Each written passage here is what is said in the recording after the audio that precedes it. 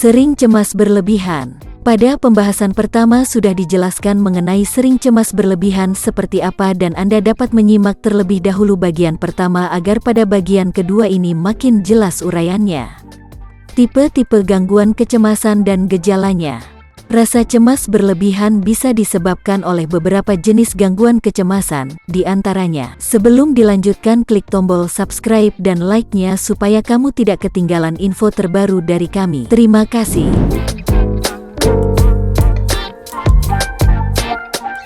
1. Gangguan kecemasan umum. Penjelasannya ada di bagian pertama.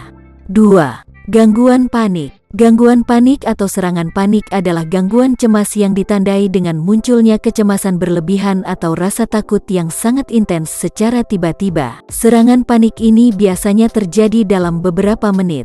Ketika serangan panik muncul, penderita kecemasan berlebihan ini akan merasa tidak berdaya, tidak dapat berpikir dengan tenang, dan merasakan gejala fisik tertentu seperti nyeri dada, berdebar-debar, sesak napas, pusing, sakit perut, atau merasa seperti akan pingsan. 3. Fobia. Fobia merupakan ketakutan berlebihan terhadap objek atau situasi tertentu, misalnya darah, laba-laba, kematian, ketinggian, atau ruangan sempit. Rasa takut yang dialami bahkan bisa sampai membuat penderitanya menghindari objek atau situasi tersebut. Selain takut saat berhadapan langsung dengan hal yang memicu fobianya, orang yang mengalami fobia juga bisa merasa cemas walau hanya memikirkan tentang hal tersebut. 4. Gangguan kecemasan sosial.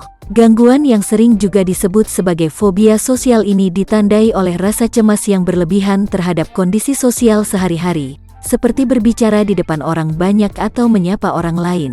Penderita gangguan kecemasan sosial atau social anxiety disorder ini akan menghindari interaksi sosial karena merasa takut dipermalukan, ditolak, atau dinilai rendah oleh orang lain.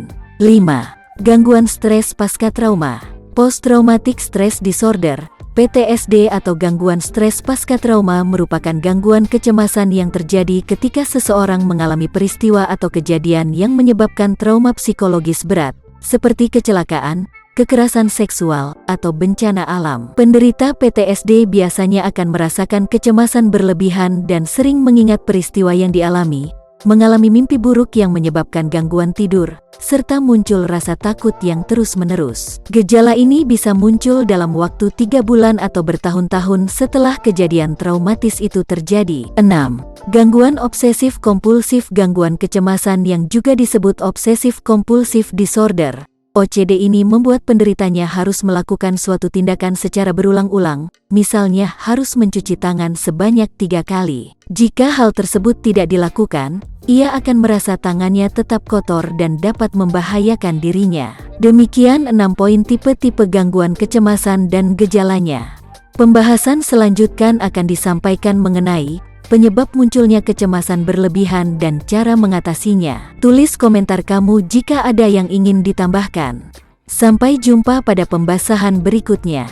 Terima kasih.